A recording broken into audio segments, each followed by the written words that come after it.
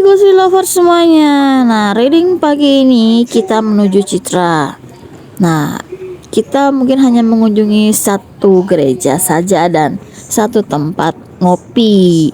Nah, kali ini kita mau ke gereja SMI atau Santa Maria Immaculata di Citra. Ikutin terus ya keseruan kita hari ini.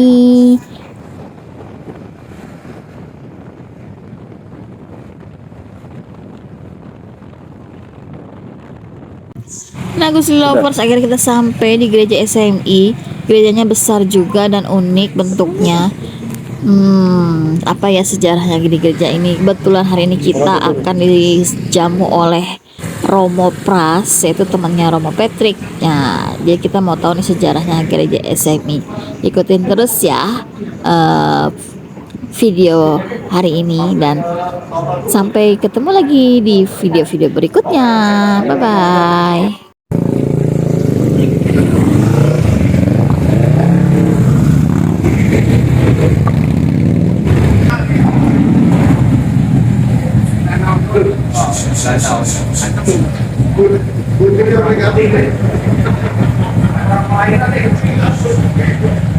Siapa ada orang lahiran nih? Apa bakulah lu?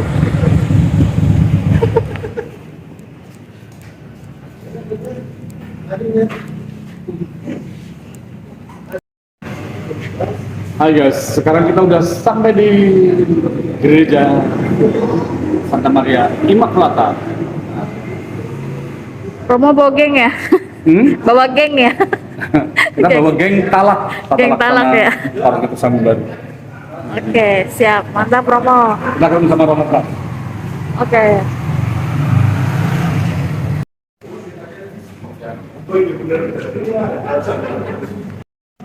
Ketika itu semua tinggal bangsa ini tinggal Pergi sendiri gitu ya. Lagi ngomongnya nih, Romo Pras. Romo Pras.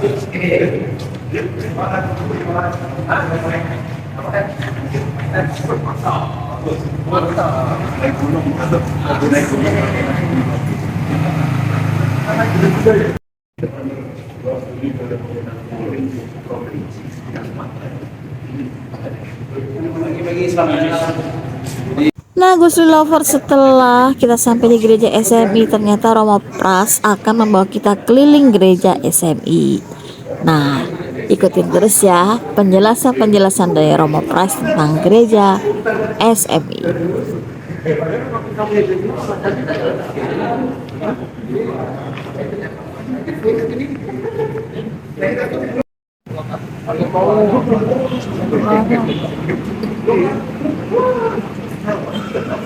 Dari Taman Eden loh.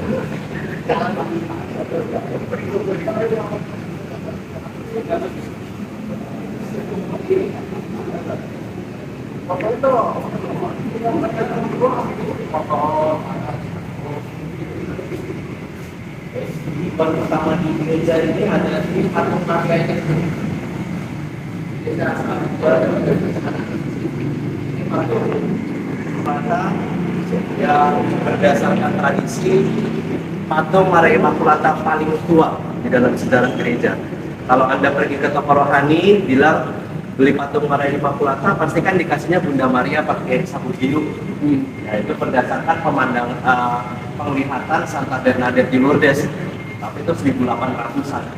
Jauh sebelum itu, ketika dogma Maria Immaculata mulai berkembang di abad ke-5, abad ke-6, gereja meyakini Maria Immaculata itu dari Wahyu 11, Wahyu 12, wanita hingga penakal bulan berpakaian emas dengan mahkota 12 bintang di kepalanya. Dan itu tradisi itu muncul kuat di Prancis, sehingga di Prancis Anda bisa temukan patung Maria Immaculata ini paling banyak tersebar di paroki-paroki pedalaman.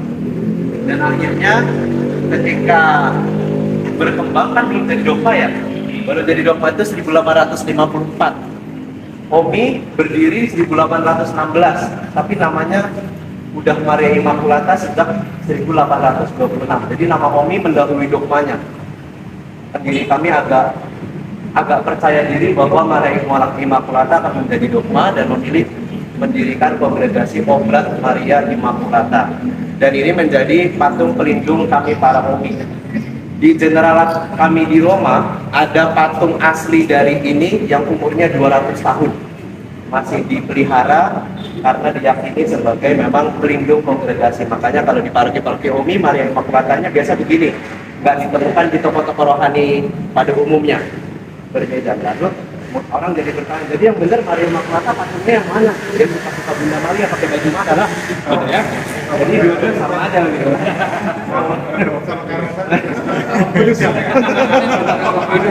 Masa kita mau larang Bunda Maria pakai baju apa gitu kan?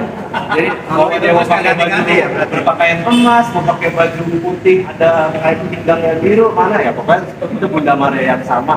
Orang nggak usah mempeributkan mana yang Maria ini, Maria itu, Maria ini, tapi tahu Bunda Maria dan Maria Immaculata digambarkan sebagai Wahyu 11, Wahyu 12.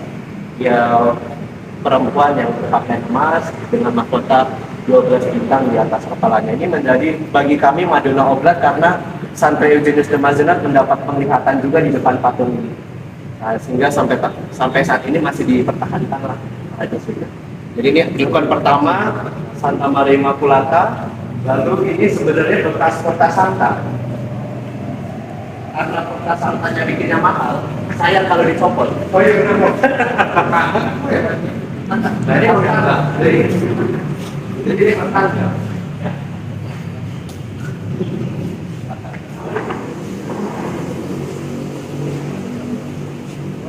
Ini emang tangga menuju ke gereja utama. Awalnya kan ini Porta Sancta.